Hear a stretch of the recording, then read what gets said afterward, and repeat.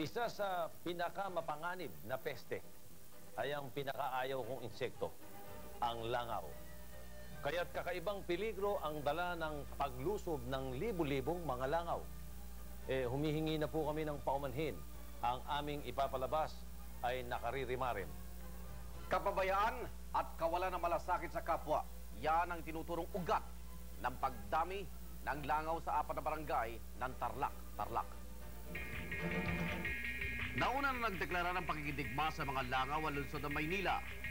Nang kumalat ang iba't ibang sakit sa lungsod, nagutos si Manila Mayor Alfredo Lim na bilhin ng lokal na pamahalaan ang bawat langaw na mahuhuli ng mga residente.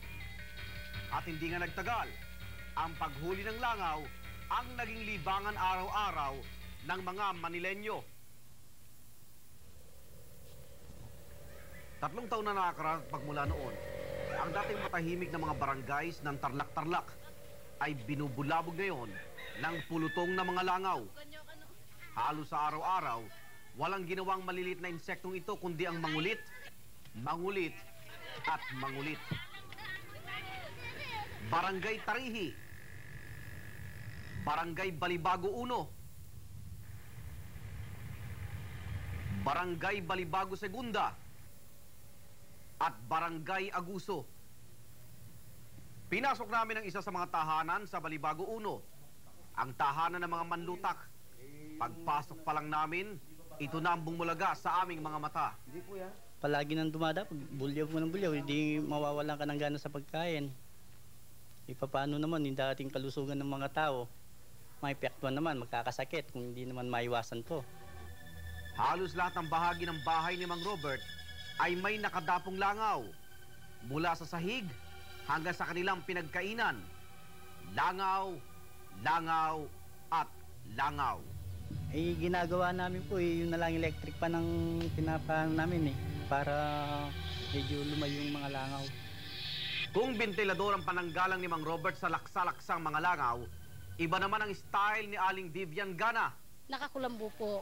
No, tsaka po kung hindi ka papaypay, wala pong hindi ka po makaano ng langaw. Yung pagtulog niya, totoo ba? Minsan magising kayo, meron sa... Minsan po natutulog ako, tanghali, may kulambo pa po ako kasi hindi ka po makatulog.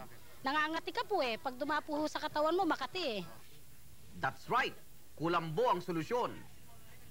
Tuwing maghahanda sila ng kanilang pagkain, laging kasunod ng kanin at ulam ay ang kulambo. Kung wala nito, baka mas maunahan pa nga naman sila ng mga langaw sa pagkain. At ang tanawing ito ay normal na sa mga apektadong barangay. Ika nga, dinner inside a mosquito net. How romantic. Subalit bukod sa problema sa pagkain, sinisisi rin ng mga taga rito sa mga langaw ang paglaganap ng iba't ibang uri ng skin diseases tulad ng filariasis. Ito si LB Pangan. Anya, simula ng dapuan ng langaw ang kanyang mga paa, nagsimula na itong mangati. Kapag po dinodapahan ng langaw, nangangati po. Ganon din ang kaso ni JP Dayan. Yung pong mga langaw, dumapo sa dito. Pero paano dumapo? Pag pong kumakain po kami. Pag dumapo sa kamay mo, tapos nakita mo na lang parang nagkasugat na, gano'n? Opo. Anong ginawa mo? Kinati ko na pong kinati. At ang pamilya Santiago, ang kambal na anak ni Mrs. Remedio Santiago na sina Ellen at Elena, ay dinapuan din ng sakit sa balat na sa kanilang paniniwala ay dala ng mga langaw. Siguro po sa langaw. Buot nung po maraming ng langaw, may nang lumitaw sa mga bata.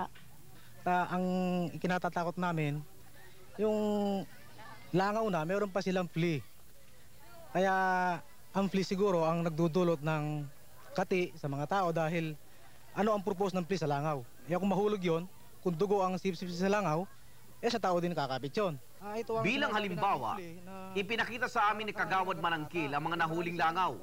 At katakatakang nakita namin ang mga kasama nitong parang maliliit na garapata. Nasa tiyan sila ng langaw, nakakapit doon. Ngayon, pag yung langaw nabigla, maiiwan yan. Saan kakapit yan kundi sa tao? Ito siguro magiging sanhi kung bakit nangangati mga tao.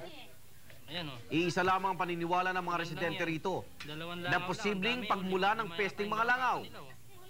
ang 7 poultry farms na ilang kilometro lamang ang layo mula sa mga barangays. Ay sinisisi namin no, yung walang kalinisan sa poultry eh. Eh kung maingat lang po siya eh, hindi naman siguro ano yun ng mga tao eh. Kaya lang parang hindi siya maingat sa mga mga poultry niya. Ayon pa sa kanila, simula nang itayo ang mga poultry farms dito, nangamba na sila sa kalusugan ng kanilang mga anak. Bukod sa langaw at sa sakit na dala nito, hindi rin maitatago ang mabahong amoy na nanggagaling sa kulungan ng mga manok. Noong kapanahunan na katatapos ng patuloy ang ulan dahil lumubugo yan, pagkatapos ay umamoy na. Pagkatapos niyan yung amoy talagang kahit na 2 kilometers maaamoy mo. At ang nagiging kawawa dito, yung mga bata kinakabag, pero kaming mga matatanda medyo kinakayanan pa namin yan. Kung minsan, pati sa pagtulog, apektado rin ang mga bata. Mga anak nila, minsan nakahiga, yung mga langaw, parang dinada po sa munganga, saka marami po, saka pagkain. Yan, ha? Kung hindi sila magkukulumboy, baka hindi makakatulog ng kitangali, gano'n. Humihingi ako kami ng ang tulong, lalo na sa inyo, kung paano makontrol itong mga langaw nilang galing sa poultry. Dahil itong mga langaw nito, halos nanggagaling sa mga poultry.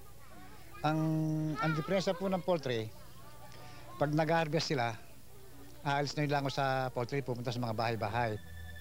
Talaga kayang kasalanan ng mga may-ari ng poultry farm sa paglaganap ng mga sakit sa balat sa mga barangay sa Tarlac-Tarlac? May aksyon naman bang isinagawa mga opisyalis ng lokal na pamahalaan? Wala ba talagang dapat na ipangamba ang mga residente rito?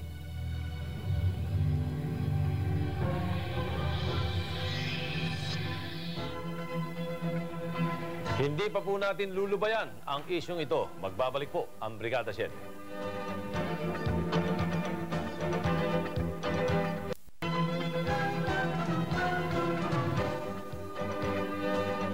Ang babaeng langaw ay maaaring magkaroon ng 1,000 itlog habang nabubuhay ito.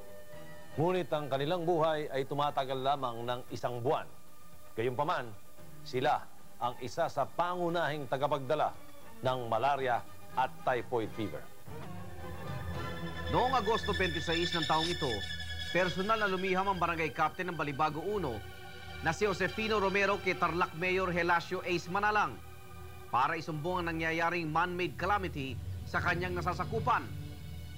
Sa kanyang liham, binanggit ni Ginoong Romero ang paglusob ng libo-libo mga langaw sa kanyang barangay at kalapit barangay na may dalang garapata. Ayon kay Romero, ang mga langaw na nanggagaling sa mga poultry farms ang pangunahing din dahilan ng pagkalat ng filariasis, isang sakit sa balat, ganon din ang malaria at typhoid fever. Pero nung isa sa mga kabarangay namin na pinakita sa amin yung langaw na meron ngang pulgas, doon na kami nag-conclude na doon nga galing. Agad naman nagsagawa ng investigasyon ng Provincial Environmental and Natural Resources Office of Penro at natuklasan nila na 6 ang magkakatabi at magkakahilerang poultry farm sa naturang lugar. 3 sa Balibago 1, ang Ibi Mamawal na pag-aari ni Eufrasio Mamawal, ang Hilarious Farm na pag-aari ni Jerome La Peña, at ang Sagrada Familia Farm ni Lynn Turingan. Isang poultry farm sa Balibago 2, ang Guadalupe Farm na pag-aari ni Alipio Fernandez. Ang Bowen Farm sa pag-aari ni Roy Romero na makikita sa Barangay Aguso, at ang Kamalig Farm ni Ed Luchanco na matatagpuan naman sa Tarihi. Mismanagement talaga dito, at saka hindi nila sinusunod talaga yung tamang gamot para masugpo yung amoy tsaka mga langaw. Nang magtungo kami sa poultry farm ni Ginoong Mamawal, wala siya rito. Subalit may sinasagawa ng pag-ayos sa paligid ng kanyang mga kulungan. Ngunit hindi yun sapat, ayon sa mga taga rito. Kinagagalit po namin yung amoy nga naman po ngayon at saka yung langaw.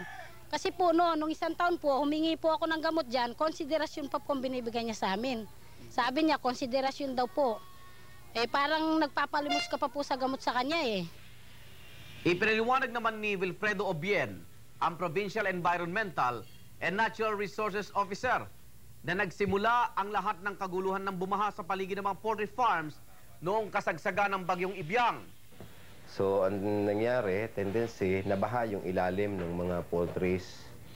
So, nabasa yung mga ipot, ganon, at hindi kagad nakapag-apply yung mga poultry owners.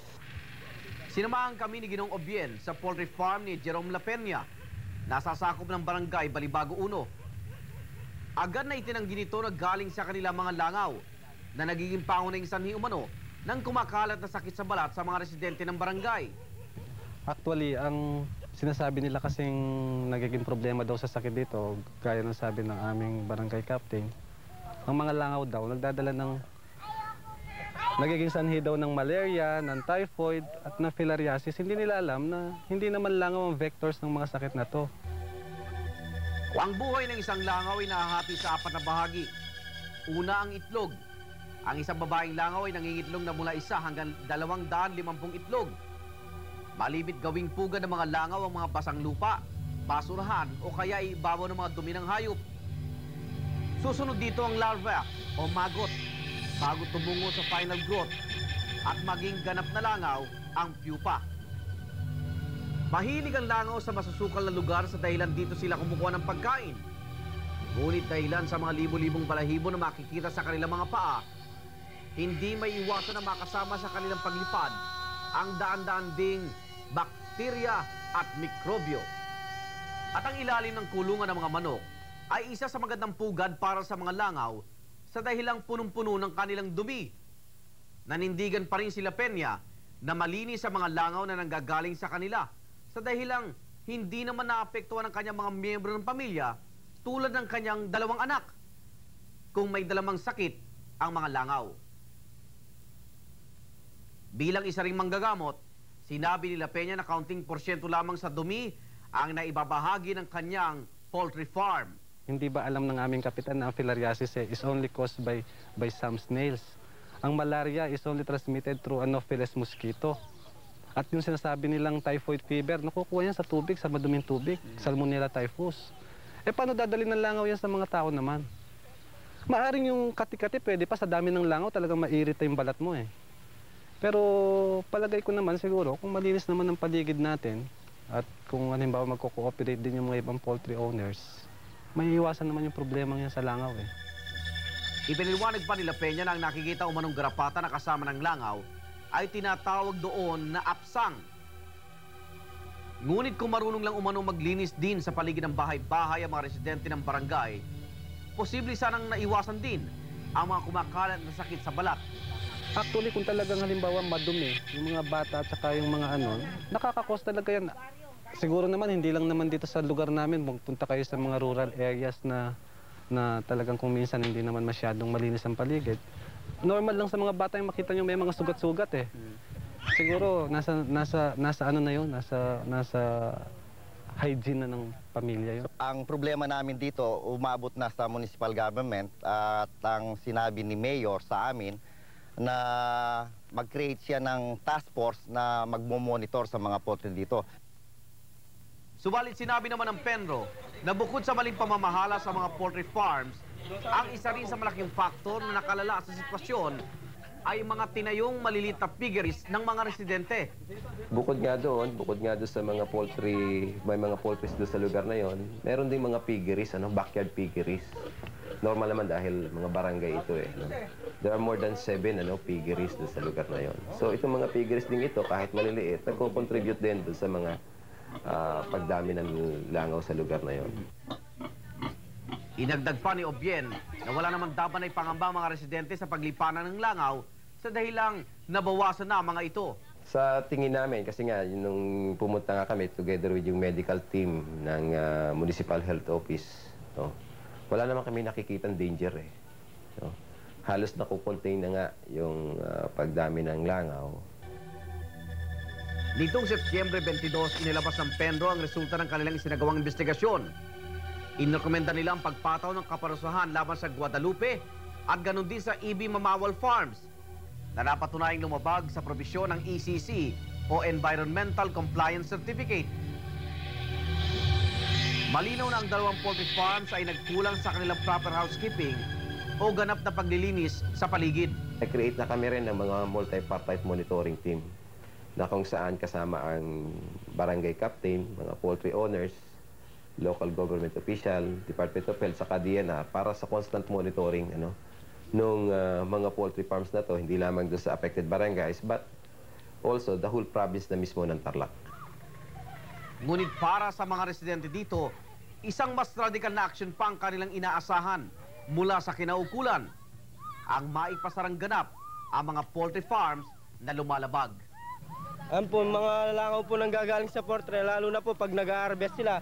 Halimbawa po, nag-harvest sila, yung mga namatay na manok, dyan na lang po nila itatapon yung mga manok. Tapos po, mag-spray po sila, yung mga langaw pupunta po sa amin. Paano na po kami pag kumakain kami? Dati ba nung wala pang poultry kayo? Ala pong langaw rito noon. Nung wala pong poultry. Ngayon po nagka-poultry sa amin, pare pong langaw, maski sa tanghali, hindi ka makakatulog. Kumakagat pa. Kasi noon, meron na rin yan. Kaya lang, wala pang poultry noon, kaya walang sinisisi. Ngayon may poultry, ang sinisisi ang poultry. Kahit naman noon, maraming langaw, especially during times na maraming prutas Maraming pinya, mangga. Pero hindi nila napapansin yan dahil wala silang nakikitang poultry. Siyempre, kung makikita natin may mga violation yan, ba't hindi natin dapat ipasara? Dahil kasi, ihintayin ba natin mayroon mamamatay dito sa mga residente dito sa barangay bago gagawa ng aksyon? Mukha namang halos lahat ng mga taga-Tarlac-Tarlac ay may responsibilidad sa pagdami ng langaw mula sa pinakamataas hanggang pinakababa. Walang mabisang panlaban sa pulutong ng mga langaw kundi ang kalinisan ng paligid. Simulan na natin ngayon bago nila tayo tuluyang lusubin. Mula sa Tarlac-Tarlac, para sa Brigada 7 Akunuman, Arnold Clavio, reporting.